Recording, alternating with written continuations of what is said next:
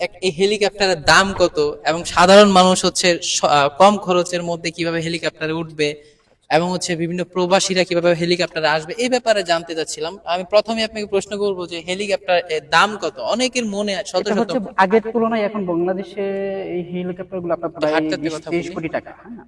মানে এটা আর 20 থেকে 30 কোটি টাকা 30 কোটি দাম। টাকার দাম। আর আচ্ছা, হচ্ছে আপনার রবিনসন যে হেলিকপ্টার গুলা, যে ফোর সিটার এটা ভিতরে আছে, এটাতে হচ্ছে কয়জন হচ্ছে উঠতে এটাতে পারে? আমাদের 7 জন প্যাসেঞ্জার যেতে পারেন, আচ্ছা, আচ্ছা। একজন ক্যাপ্টেন এবং 7 জন প্যাসেঞ্জার।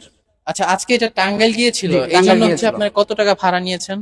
এটার জন্য এখন এটা বলা যাচ্ছে না, কারণ আচ্ছা। যারা ভাড়া করেছেন তারা এটা জি। জানলে সমস্যা হইতে পারে। আচ্ছা, এটা আচ্ছা। অফিসিয়াল ব্যাপার, এটা না বলাই ভালো আর কি। এবং হচ্ছে এখন আমরা যারা মধ্যবিত্ত আছি তারা কিভাবে এই যে হেলিকপ্টারে উঠতে পারবো? এটা হচ্ছে আমাদের আসলে বর্তমানে অনেক ইউটিউবার, অনেক এজেন্সি হয়েছে, তাদের মাধ্যমে হেলিকপ্টার ভাড়া হয় বেশি। তো আপনারা সরাসরি যদি কম প্রাইজের মধ্যে ভাড়া করতে চান, হ্যাঁ। আমাদের সাথে যোগাযোগ করতে পারেন।